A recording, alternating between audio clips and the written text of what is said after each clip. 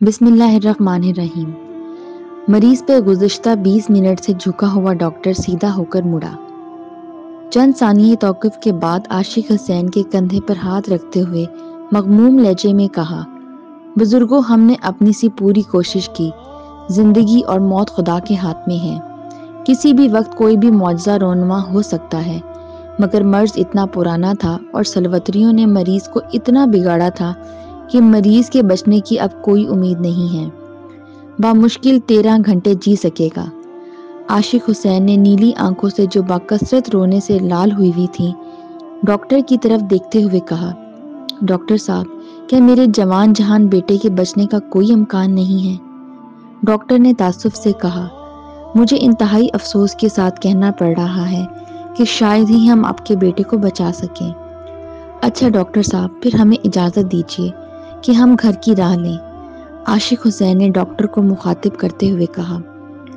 Doctor اس تقاضے پر ششدر رہ گیا، حیرت سے کہا، بزرگوں، آپ کے بیٹے پر جان کی طاری ہے، وہ جان دینے کے کرب میں مبتلا ہے، یا ہم اس کو ایسی ادویات ڈرپ میں ڈال کر دے رہے ہیں جس سے اس کی موت کا عمل کم تکلیف دہ ہوتا ہے، درد کا احساس کم ہوتا ہے اور روح قدرے کم تکلیف سے نکل جاتی ہے، اور آپ نیم مردہ بیٹے کو گھر لے جانے کی بات کر رہے ہیں۔ عاشق حسین نے افسردگی کے ساتھ ڈاکٹر کو کہا، ڈاکٹر صاحب، آپ موت کی تکلیف کی بات کر رہے ہیں، لیکن آپ زندگی کے درد سے واقف نہیں ہیں۔ کبھی تو غریب رہ کر زندہ رہنے کا تجربہ کر لیجئے، کبھی تو غریب مر کر دیکھ لیجئے۔ آپ کو کیا پتا، غربت کی زندگی اور غربت کی موت کسی محشر سے کم نہیں ہوتی۔ ہمیں ہسپتال سے جانے کی اجازت دیجیے، سرکار پر مزید بوجھ نہیں ڈال سکتے۔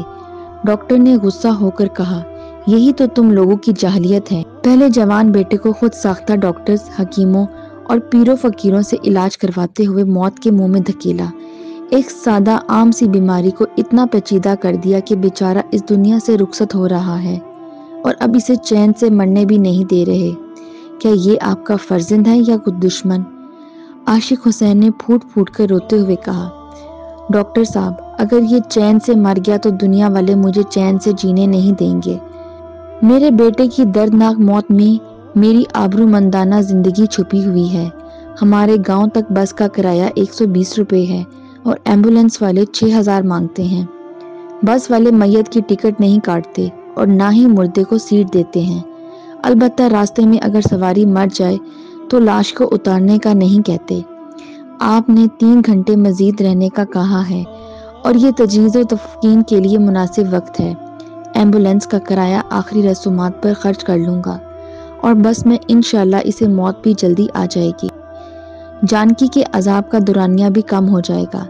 ڈاکٹر یہ سب کچھ سن کر سن ہو گیا، بنا کچھ کہے چل پڑا۔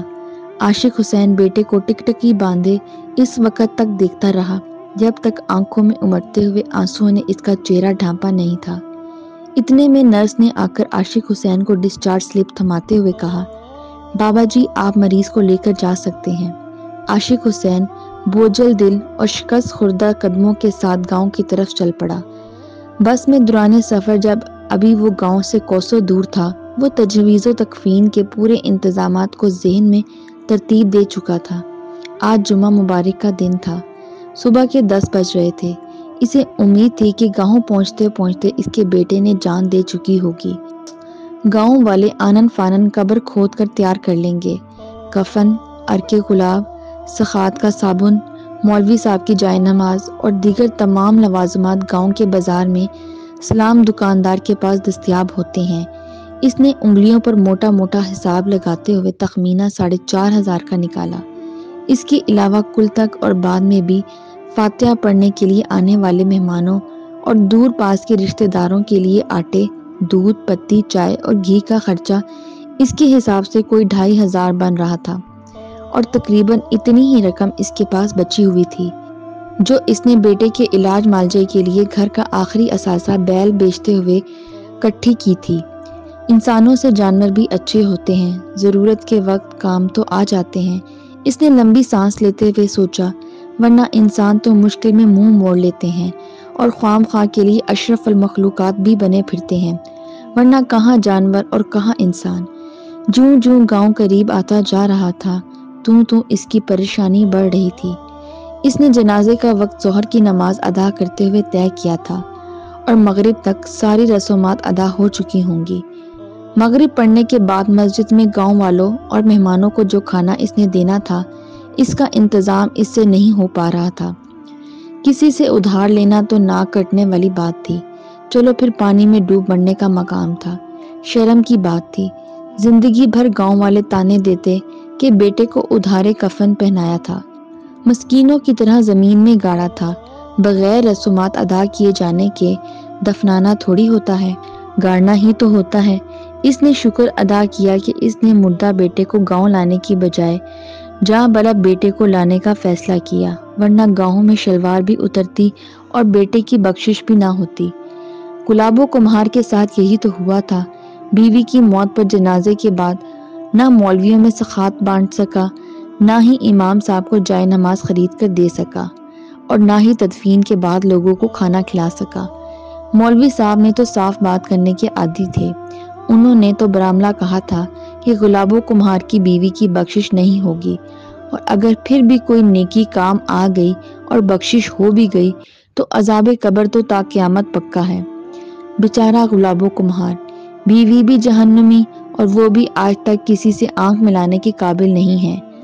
عاشق حسین کو جھرجھری سی آ گئی اور ایک مرتبہ پھر اپنے آپ کو داد دی کہ بیٹوں کو جانکی کی حالت میں ہسپتال سے نکالا، ورنہ اگر یہی پیسے ایمبولنس پہ خرچ ہوتے تو اس کا انجام بھی گلابو کمہار جیسا ہوتا اور بیٹا بھی عذاب قبر سہتا۔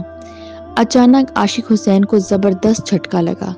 ڈرائیور نے اتنی زور سے بریک دبائی تھی کہ سڑک پر ٹائروں کے نشانات پڑ گئے تھے اور پہیوں کے گھسنے کی کرہیا آواز بھی دور تک سنائی دے گئی تھی، مگر ڈرائیور پھر بھی ان 3 کتوں کو نہیں بچا سکا تھا جو جفتنی کتیا کا تعاقب کرتے ہوئے کتیا سمیت چلتی بس کی زد میں آ گئے تھے۔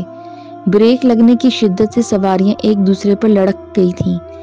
بس میں یکدم سے افراتفری مچ گئی۔ سواریوں کے شور و غوغا نے آسمان سر پہ اٹھا دیا۔ 3 کتے، 1 کتیا اور عاشق حسین کا بیٹا ساتھ مر گئے۔ ادھر 3 کتے اور 1 کتیا بس کے نیچے آ کر کوچ کر گئے اور ادھر عاشق حسین کے بیٹے کی روح پرواز کر گئی۔ عاشق حسین نے انا للہ و انا الیہ راجعون پڑھتے ہوئے رب کا شکریہ بھی ادا کر دیا کہ 3 کتوں اور 1 کتیا کے ساتھ ساتھ اس کے بیٹے کی جان بھی نکال دی۔ اس نے دل ہی دل میں اسرائیل کو بھی بڑی داد دی۔ کس چابکدستی سے لوگوں کی مشکلات آسان کر دیتا ہے۔ اگر اسرائیل نہ ہوتا تو خدا جانے لوگ کیسے جیتے۔ بیٹے اور کتوں کے مرنے کا وقت اور مقام جیسے اس کے ذہن میں نقش ہو کر رہ گیا۔ کنڈکٹر نے جلدی جلدی مرے ہوئے کتوں کو ٹانگوں سے پکڑ کر کھینچتے ہوئے سڑک کے کنارے ڈال دیا اور بس روانہ ہوئی۔ تقریباً 5 منٹ بعد بس عاشق حسین کے گاؤں کے سٹاپ پر رکی۔ سٹاپ کے قریبی گھر سے چارپائی منگوا کر عاشق حسین نے گاؤں والوں کی مدد سے بیٹے کی لاش چارپائی پر رکھی اور گھر کی راہ لی۔ بس اس گاؤں کے واحد سواریوں کو اتارنے کے بعد دھواں اگلتے ہوئے اور غوں غوں کی آواز نکالتے ہوئے اگلی منزل کی طرف رینگنے لگی تھی۔ عاشق حسین نے گاؤں والوں اور رشتہ داروں کے حوالے تجہیز و تکفین کے انتظامات کرتے ہوئے چھوٹے بھائی کو ساری نقد رقم بھی ہاتھ میں تھما دی۔ خواتین کے بین اور گاؤں والوں کی با آواز بلند انتظامات کے بارے باتوں کے دوران عاشق حسین ایک بڑی بوری میں 1 عدد کلہاڑی، تیز دھار والی چھری اور کام والے میلے اور بوسیدہ کپڑے رکھ کر خاموشی کے ساتھ نکل گیا۔ تھوڑی دیر بعد وہ جائے حادثہ پہ موجود تھا۔ سڑک پر ویرانی چھائی ہوئی تھی۔ وہ جلدی جلدی 4 مرے ہوئے کتوں کو ٹانگوں سے کھینچتے ہوئے سڑک کنارے گنے کے کھیتوں میں اندر لے گیا۔ بجلی کی سی سرعت کے ساتھ اس نے 4 کتوں کو کاٹ کر بوری میں ڈالا اور کپڑوں کے اوپر پہنے ہوئے میلے اور خون آلود ملبوس کو اتار کر ماچس کی تیلی سلگا دی۔ گھر داخل ہو کر اس نے بڑی بیٹی کو گوشت حوالے کر کے میت کا کھانا تیار کرنے کے بارے میں اچھی طرح سمجھایا اور باہر نکل کے فاتحہ کے لیے آنے والوں میں گھل مل گیا۔ تدفین بھی شان سے ہوئی۔ 4 پیٹی صابن بانٹا گیا اور آئے ہوئے تمام مولویوں میں جائے نماز، سفید ٹوپیاں اور تسبیحاں بھی تقسیم کی گئیں۔ مغرب کے بعد سارے گاؤں کو مسجد میں چھوٹا گوشت کھلایا گیا۔ گرم گرم تندوری روٹیوں کے ساتھ سب نے پیٹ بھر کر کھایا۔ خوب واہ واہ ہوئی۔ سب نے لذت کی تعریف کی۔ عاشق حسین مطمئن تھا کہ انشاءاللہ میت کا ایسا کھانا گاؤں میں کسی کے باپ نے بھی آج تک نہیں دیا ہوگا اور نہ ہی آئندہ 100 سالوں میں کھلا سکے گا۔ عاشق حسین نے ایک بھرا ہوا خوانچہ مولوی صاحب کے گھر بھی بھجوا دیا۔ خوب دعائیں ہوئیں اور مرحوم کو شہید کا درجہ بھی عطا ہوا۔ اگلی صبح فجر پڑھ کر بھری مسجد میں مولوی صاحب نے عاشق حسین کو مخاطب کیا، بھائی عاشق حسین، رات کو تو بڑی عجیب بات ہوئی۔ میں نے اور مولانی جی نے اکٹھے ایک ہی خواب دیکھا کہ تیرا برخدار جنت کے باغوں میں چہل قدمی کر رہا ہے، خوش و خرم ہے۔ میں نے تو بس صرف یہی دیکھا، مگر مولانی جی کہہ رہی تھیں کہ اسے شہید نے کہا کہ ابا کی حویلی بھی وہ جنت میں دیکھ چکا ہے، جس کی سفید موتیوں کی چمک دھمک آنکھوں کو خیرہ کرتی ہے۔ تمام جماعت اشک اشک کر اٹھی۔ عاشق حسین زیر لب مسکرایا۔ اسے پہلی مرتبہ نجس کتے کی پارسائی کے زور کا علم ہوا تھا۔ واقعی جنت کا ہر راستہ پیٹ سے گزرتا ہے اور جہنم بھوک کی پیداوار ہے۔ عاشق حسین نے دل ہی دل میں ان چاروں کتوں کا شکریہ ادا کیا کہ نجس ہونے کے باوجود اس کی انا اور دین کو قائم رکھا، اس کے بیٹے اور اسے جنت تک لے جانے کا سبب بنے۔ پہلی مرتبہ اس کے دل سے کتوں کے لیے دعا نکلی۔